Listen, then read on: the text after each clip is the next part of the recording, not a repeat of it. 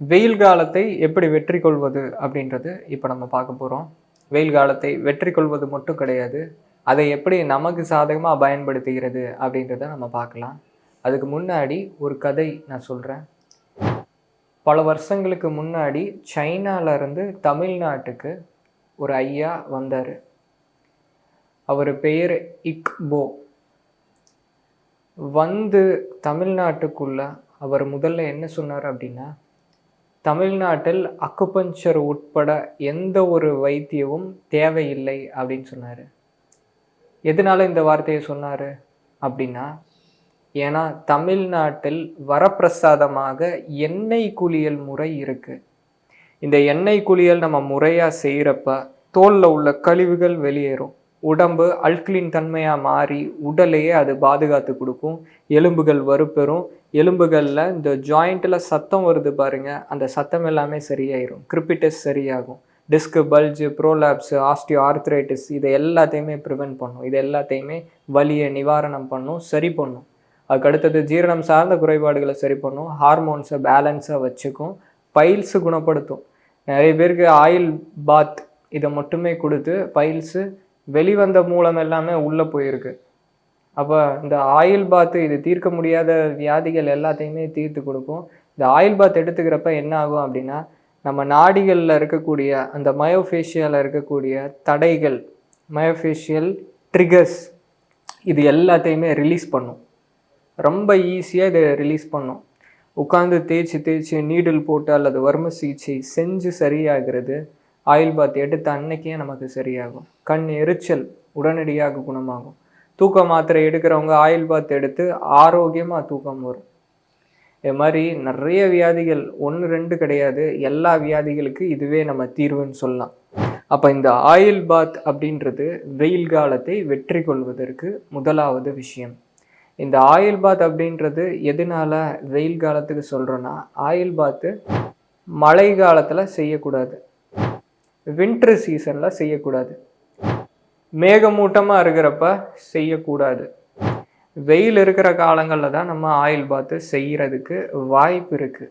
அப்போ வெயில் காலத்தை பயன்படுத்தி உடலில் இருக்கிற எல்லா வியாதிகளை நம்ம இதிலிருந்து தப்பிச்சிக்க முடியும், வெளிவர முடியும்.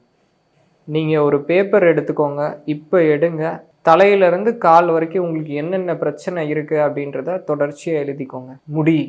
முடி கொட்டுதல் இருக்குது, கண் எரிச்சல் இருக்குது, அது மாதிரி என்னென்ன பிரச்சனை இருக்கோ எல்லாத்தையுமே எழுதிக்கோங்க. இந்த 3 மாதம் வாரம் 2 முறை எண்ணெய் குளியல் எடுங்க. எண்ணெய் குளியல் எடுக்கிறது பெரிதல்ல, முறையாக எடுக்கணும். அப்போ தான் அதோடைய பலன் கிடைக்கும். முறையாக எப்படி எண்ணெய் குளியல் எடுத்துக்கணும் அப்படின்ற முழு காணொளி, முழு தகவல் நம்ம கொடுத்துருக்குறோம், அதை பார்த்துக்கோங்க. இப்போ இந்த எண்ணெய் குளியல் அப்படி முறையாக 3 மாதங்கள் எடுத்துட்டு திரும்ப 3 மாதத்தின் முடிவில் திரும்ப அந்த செல்ஃப் அனாலிசிஸ் எடுங்க. எடுக்கிறப்ப உடம்பு புதுசு போன்ற மாறி இருக்கிறது நீங்களே எழுதுவீங்க. நம்ம வாழ்வியல் பயிற்சி எடுக்கிறோம், ட்ரெடிஷ்னல் ஃபிட்னஸ் யூனிவர்ஸு 2 வருஷமாக எடுக்கிறோம். இதில் எல்லாமே செல்ஃப் அனாலிசிஸ் பண்ண சொல்லுவோம். இதில் பயிற்சி செய்கிறப்ப தினசரி உடல் பயிற்சி 3 பேட்ச் எடுக்கிறோம். பயிற்சி செய்கிறப்ப சத்தம் கேட்குதுன்னு சொல்லுவாங்க. ஆயில் பாத் எடுக்க ஆரம்பித்து ஒரு 2வது 3வது வாரமே அந்த சத்தம் எல்லாமே கேட்காது. சத்தம் கேட்குறது மட்டும் இல்லை, பயிற்சி பண்ணுறாங்க, இப்போ ஒரு ஆசனம் பண்ணுறாங்க, 30 வினாடி தான் செய்ய முடியுது அப்படின்னா, ஆயில் பாத் எடுத்துட்டு 2வது வாரம் 3வது வாரம் வரப்பயே தெம்பு அதிகமாகிடும். 30 வினாடி செய்கிறது 1 நிமிஷம் வரைக்கும் தாக்கு பிடிப்பாங்க, இரட்டிப்பாக தாக்கு பிடிப்பாங்க. அப்போ உடலுடைய பலத்தை அது அதிகரித்து கொடுக்கும். ஆயில் பாத் அப்படின்றது வெற்றி கொள்வதற்கு முதல் படி. Adaptation is the key to survival. Adaptation அப்படின்னா நம்ம இயற்கையில் மாறுதல் வருது. என்ன மாற்றம் வருதோ அதுக்கு தக்கன நம்ம உடலை நம்ம வடிவமைச்சுக்கணும். இப்போ வின்டர் சீசன் அப்படின்னா ஒரு சில உணவுகள் நம்ம மாற்றிக்கணும். சம்மர் சீசன் அப்படின்றப்ப ஒரு சில உணவுகள் நம்ம மாற்றிக்கணும். வாழ்வியல் முறை நம்ம மாற்றிக்கணும். அப்படி அடாப்ட் ஆகாமல் இருக்கிறவங்களுக்கு தான் அது சார்ந்த வியாதிகள் வரும். அப்போ எப்படி அடாப்ட் ஆகிறது அப்படின்ற முழு நாலேஜு நம்ம இப்போ தொடர்ச்சியாக பார்க்கலாம். அடாப்ட் ஆகி வியாதியிலேருந்து தப்பிக்கிறது மட்டும் கிடையாது. அப்போ நாலேஜ் அப்படின்றது அதிலிருந்து தப்பிச்சு அதுக்கப்புறமா அதை எப்படி நமக்கு சாதகமாக பயன்படுத்துறது ஒவ்வொன்றா இப்போ நம்ம பார்க்கலாம். இப்போ இதில் முதலாவது விஷயம், நம்ம உணவுகளில் ஒரு சில பலன் அதிகமாக கொடுக்கக்கூடிய உணவுகள் இருக்குது. எல்லாமே சூப்பர் ஃபுட்ஸ். இந்த உணவுகள் நம்ம வெயில் காலத்தில் மட்டும்தான் எடுக்கக்கூடிய உணவுகளாக இருக்குது. இப்போ இந்த உணவு வரிசைகள் என்னென்னன்றது சொல்கிறேன், அதோடைய பலன்களுமே சொல்கிறேன். முதலாவதா சோற்றுக்கற்றாழை. இந்த சோற்றுக்கற்றாழைக்கு இன்னொரு பெயர் அமரி. அமரி அப்படின்னா சாவு இல்லாததுன்னு அர்த்தம். இப்போ ஒரு மரம் இருக்குது, பழுக்குது, காய்க்குது, ப்ராசஸ் நடந்துகிட்ருக்கு, குறிப்பிட்ட வயதுக்கு அப்புறம் அது இறந்து போயிடும். சோத்துக்கத்தால் அதுவே வயசாகி இறக்குறது பார்த்துருக்கீங்களா? வெயில் காலத்தில் கூட கடுமையாக வறட்சி இருக்கிறப்ப கூட அப்படியே காஞ்சு நிற்கும். கொஞ்சமாக தண்ணி கிடச்சிட்டா திரும்ப செழிப்பாயிரும். அப்படி இறந்தால் தான் உண்டு.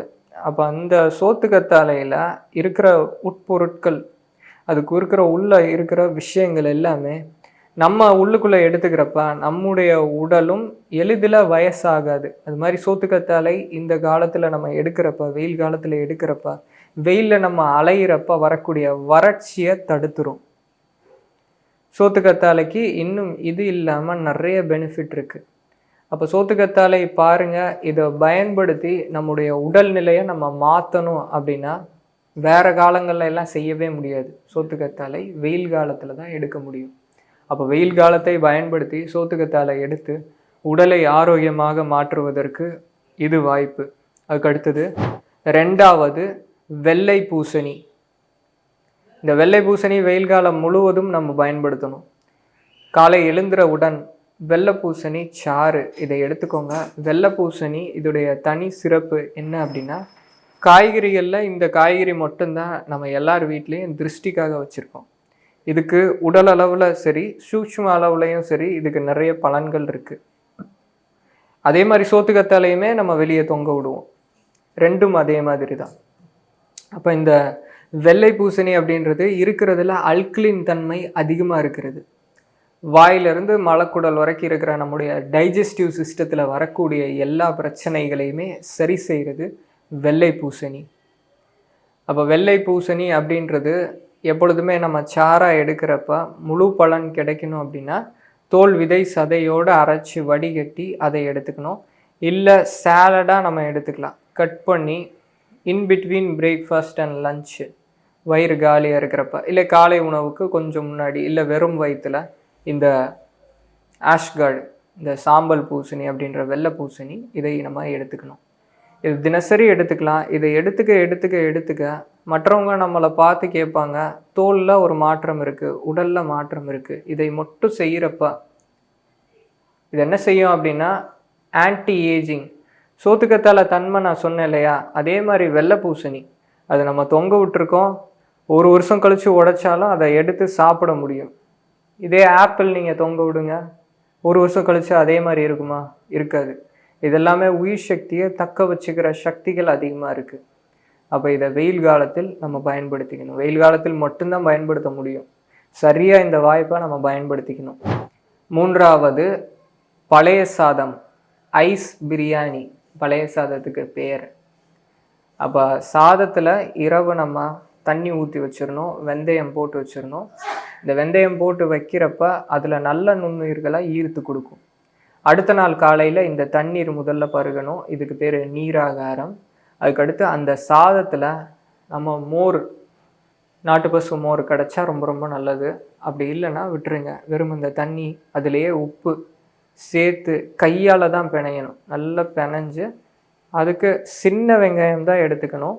காரத்துக்கு பச்சை மிளகாய் இதெல்லாமே எடுத்துக்கூடாது, அது நம்முடைய மரபு கிடையாது. அப்போ சின்ன வெங்காயம் சேர்த்து இதை எடுத்துக்கணும். காலை உணவாக இதை எடுத்துக்கணும். இது உடலில் இருக்கிற டெஃபிஷியன்சி எல்லாத்தையுமே சரி பண்ணும். நம்ம குடலில் நல்ல நுண்ணுயிர்களை அதிகரிக்க செய்யும். உடலில் இருக்கிற பல பிரச்சனைகளை இது சரி பண்ணும். அடுத்ததாக இதே மாதிரி நுண்ணுயிர்களை இன்க்ரீஸ் பண்ணி கொடுக்குற உணவு அம்பலி அப்படின்ற பேரில் டாக்டர் காதர்வாலி அவர் கொடுத்தது. டாக்டர் காதர்வாலி எனக்கு ரொம்ப பிடிச்ச ஒரு டாக்டர். ஏன் அப்படின்னா அவர் பேஸ்லேருந்து சரி பண்ணுறாரு. பேஸ்லேருந்து அப்படின்னா நோய் வருவதற்கான காரணம், ஒவ்வொருத்தர் ஒவ்வொரு காரணம் சொல்கிறாங்க இல்லையா, அவர் நோய் வருவதற்கான காரணம் விவசாயம் அப்படின்ட்டு விவசாயத்தை பெரிய அளவில் செய்கிறாரு. சிறுதானிய விவசாயம் செய்கிறாரு. முழுக்க முழுக்க இயற்கை விவசாயம். நான் படிக்கிற காலத்தில் கெஸ்ட் லெக்சர் கொடுத்தாரு. அவருடைய கெஸ்ட் லெக்சர் எல்லாமே நாங்கள் மொத்தமாக போய் அட்டென்ட் பண்ணுவோம். அப்பயே அவர் ரொம்ப கான்ஃபிடெண்ட்டாக பேசுவார். இப்போ அவருக்கு சமீபத்தில் பத்மஸ்ரீ அவார்டு கொடுத்துருக்குறாங்க. அந்த அம்பலி அப்படின்றது அதை மட்டுமே கொடுத்து பல வியாதிகள், கேன்சர் வரை வியாதிகளை குணப்படுத்துகிறாரு. இந்த அம்பலி அப்படின்றது தமிழில் சொல்லணுன்னா கூழ். இதுதான் அம்பலி. இந்த கூழ் சாப்பிட்டா இந்த வியாதிகள் சரியாகுது செஞ்சிட்ருக்கிறாரு. அவர்கிட்ட அப்பாயின்மெண்ட் வாங்குறது அவ்வளோ கடினம். அவர் சொல்லக்கூடிய விஷயம் இதுதான். இந்த அம்பலி, இந்த சிறுதானியத்தில் அம்பலி. சிறுதானியம் நம்மாழ்வார் ஐயா சிறுதானியம்னு சொல்லக்கூடாது, சீர்தானியம் அப்படின்னு சொல்லணும்னு சொல்லுவார். ஏன்னா சிறுதானியம் பேரை மாற்றி மாற்றி வைக்கிறனால தான் நம்ம பயன்படுத்த மாட்டோம். சீர்தானியம் அப்படின்றது இதிலும் முக்கியமான சிறுதானியங்கள். இந்த சீர்தானியங்கள் சாமை, வரகு, திணை, குதிரைவாலி, குல சாமை, இந்த 5 சீர்தானியங்கள். இதில் எப்பயுமே இந்த 5வது சொன்னதுக்கப்புறம் குலசாமியா அப்படின்னு கேட்பாங்க. குலசாமின்னு ஒரு சிறுதானியம் இருக்கான்னு கேட்பாங்க. எப்படி வரகுல பனிவரகு அப்படின்னு ஒரு டைப் இருக்குதோ அதே மாதிரி குலசாமை அப்படின்றது சாமையில் ஒரு ரகம். நிறைய இருக்குது. இப்போ எல்லாமே நிறைய கிடைக்கிது. இயற்கை விவசாயத்தில் நிறைய விழிப்புணர்வு வெண்டிக்காயிலேயே நிறைய ரகங்கள் இப்போ மார்க்கெட்லேயே கிடைக்கிது. இயற்கை விவசாய சந்தை நிறைய இடங்கள்ல போட ஆரம்பிச்சிருக்கிறாங்க. அதை பயன்படுத்திக்கணும். அதை பயன்படுத்துகிறப்ப சந்தைக்கு நம்ம போய் பார்க்குறப்ப தான் இயற்கை விவசாயிகள் ஊக்குவிக்கப்பட்டு அவங்க இன்னும் நிறைய தயாரிப்பாங்க. டாக்டர் காதர்வாலி அவர் சொன்னது போல் மறுபடியும் ஆரோக்கியமான நேஷனாக வரும். இது அம்பலி, பழைய சாதம், நுண்ணுயிர்கள் பெருக்கக்கூடிய உணவு. இது வெயில் காலத்தில் நம்ம பயன்படுத்திக்கணும். அடுத்தது வெயில் காலத்தில் பாருங்க, இருக்கிற எல்லா காலங்களிலும் வெயில் காலத்தில் தான் அதிகமாக பழங்கள் நமக்கு மார்க்கெட்டில் வரும். பழங்கள் மரத்துலேருந்து நமக்கு இறைவன் கொடுக்குறாரு, இயற்கை கொடுக்குது. இந்த பழங்கள் அப்படின்றது உணவில் நோய் குணப்படுத்தும் உணவில் முதன்மை இந்த பழங்கள் தான். இந்த பழங்கள், பழ உணவு, பழ வைத்தியம் தனியாக இதை பற்றின முழு தகவல் நான் கொடுத்துருக்குறேன். அதை முதல்ல பாருங்கள். பார்த்துட்டு திரும்ப அப்படியே கண்டினியூ பண்ணிக்கோங்க. இந்த பழ உணவு, இந்த பழங்கள் வைத்தியம். பழங்கள் கோடை காலத்தில் தான் அதிகமாக கிடைக்கும். பழங்கள் அப்படின்றது நம்ம உடலை போலவே 70% மேலே தண்ணீர் தான் இருக்குது. இது கபத்தை அதிகரிக்கும். கபத்துடைய டாமினன்ஸு இந்த பழங்கள்லாம் அதிகம். வெயில் காலத்தில் இயற்கையாகவே நம்முடைய உடல் மாறும். நம்ம உடல் மாறுறப்ப இந்த பழங்கள் நம்ம அதிகமாக எடுத்துக்கணும்.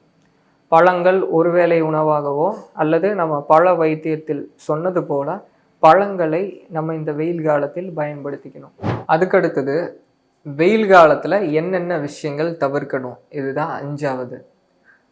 வெயில் காலத்தில் 3 விஷயங்கள் கவனமாக இருக்கணும். முதல்ல வெயில் காலத்தில் இருக்கிறப்ப சில்லுன்னு இருக்கக்கூடிய பானங்களோ உணவுகளோ எடுத்துக்கூடாது. உதாரணத்துக்கு ஐஸ்கிரீமு இல்லை ஐஸ் போட்ட ஏதாவது ஒரு உணவுகள்.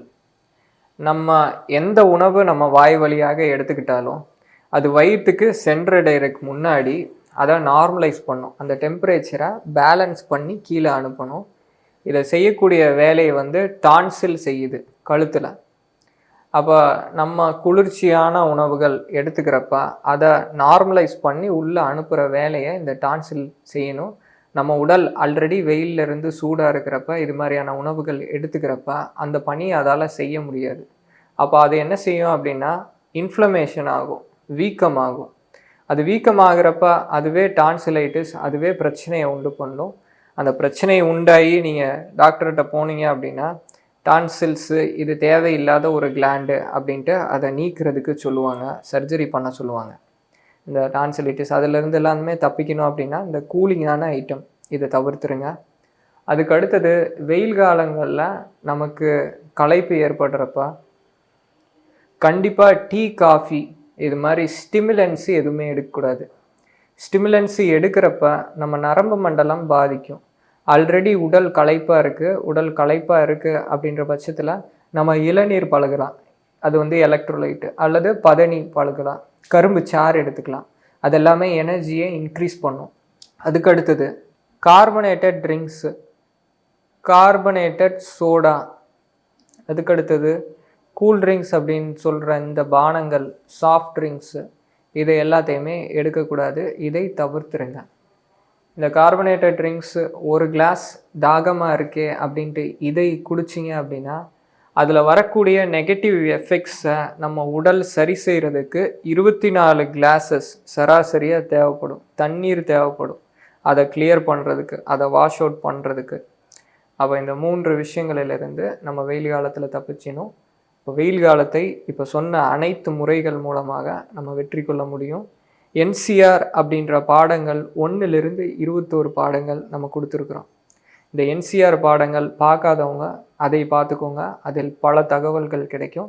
அதுதான் மருத்துவத்தின் பேஸ். அதை தெரிஞ்சுக்கிட்டு அதுக்கப்புறம் எல்லா விஷயங்கள் மருத்துவம் சார்ந்தது, உடல் சார்ந்தது எது நீங்கள் பார்த்தாலுமே அதில் முழுமையான ஒரு தெளிவு கிடைக்கும். நன்றிங்க. வாழ்க வளமுடன்.